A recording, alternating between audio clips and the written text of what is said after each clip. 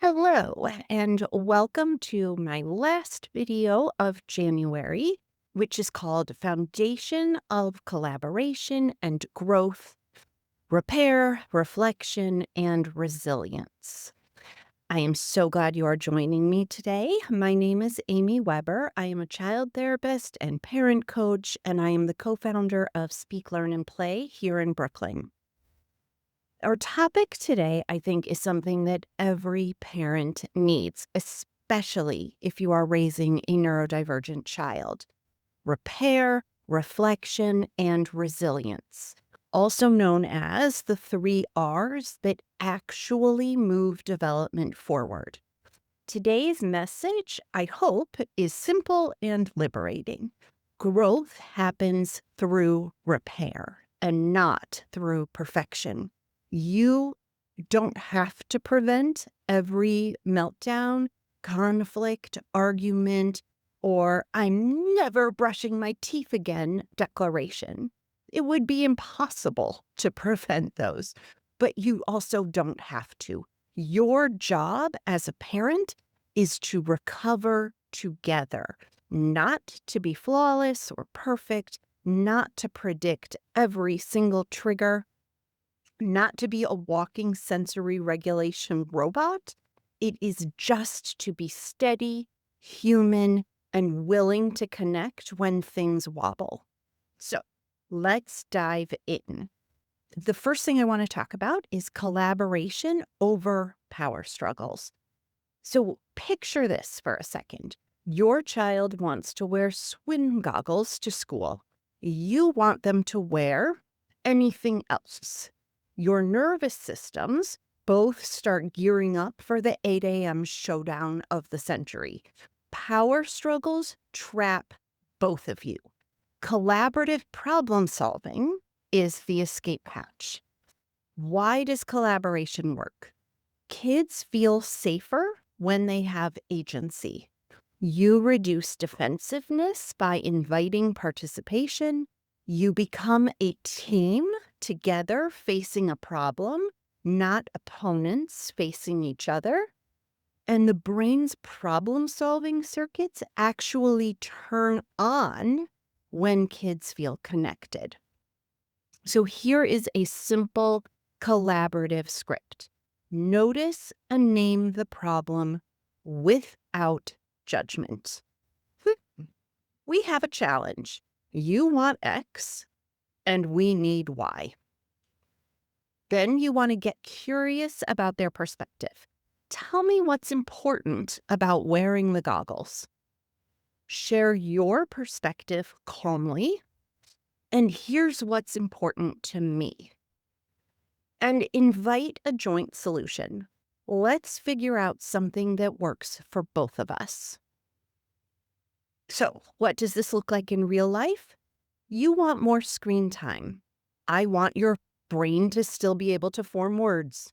Let's talk. You're done with homework. The homework is not quite done. We can solve this together. You want to stay up? Tomorrow morning wants you to sleep. How can we honor both wishes? Collaborative problem solving is basically saying, I'm on your team, even when your choices confuse every fiber of my being. Here is a universal truth. Kids learn resilience by watching you handle things imperfectly, but repair quickly. You don't have to model flawless calm and regulation. And honestly, please don't. That's creepy and no one can sustain it. You do have to model, I can notice my mistake. I can calm and regulate myself. I can repair. We can move on. So here are some examples of resilience modeling. Hey, you know what? I snapped earlier. My body was overwhelmed. I'm sorry about that.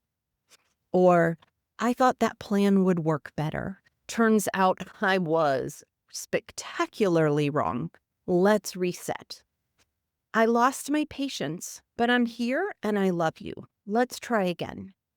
When you own your own imperfections, kids relax, kids trust you more, kids learn that mistakes don't equal disaster, shame decreases, flexibility increases, and emotional recovery speeds way up. Your mistake becomes their roadmap. Important reminder: resilience is not built by avoiding hard moments.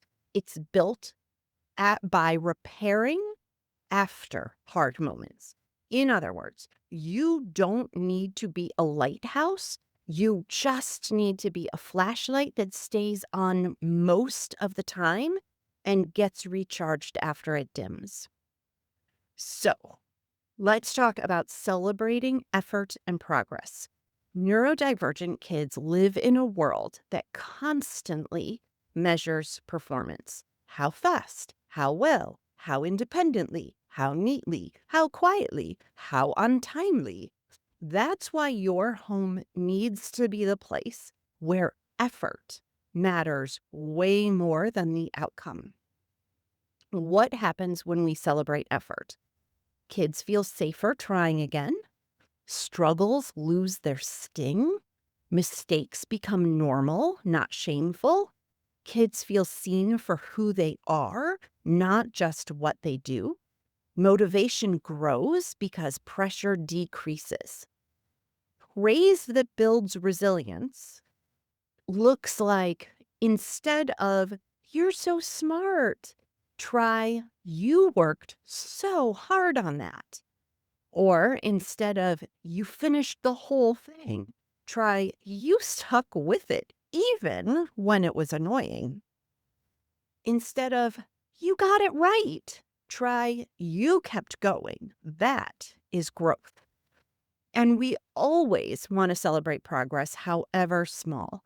You paused before reacting. That's amazing. You used the strategy you've practiced. You tried a new thing without shutting down. You recovered quickly after being upset. Effort-based praise reinforces what is true, and that is, you don't have to be perfect to grow. You just have to keep showing up. So, to wrap up, we've got this. Growth happens through repair and not perfection. The goal isn't to prevent every hard moment, it's to recover together. Collaboration reduces conflict. Your mistakes can model resilience, and effort matters way more than performance. Your child does not need a perfect parent. They need a present, reflective, collaborative, human parent who repairs, resets, and reconnects. We want to think about parenting a little bit like jazz. Some structure, some improvisation, and a whole lot coming back together after a bad note. You are doing beautifully, even when it feels messy. Thank you so much for joining me today. We'll see you soon.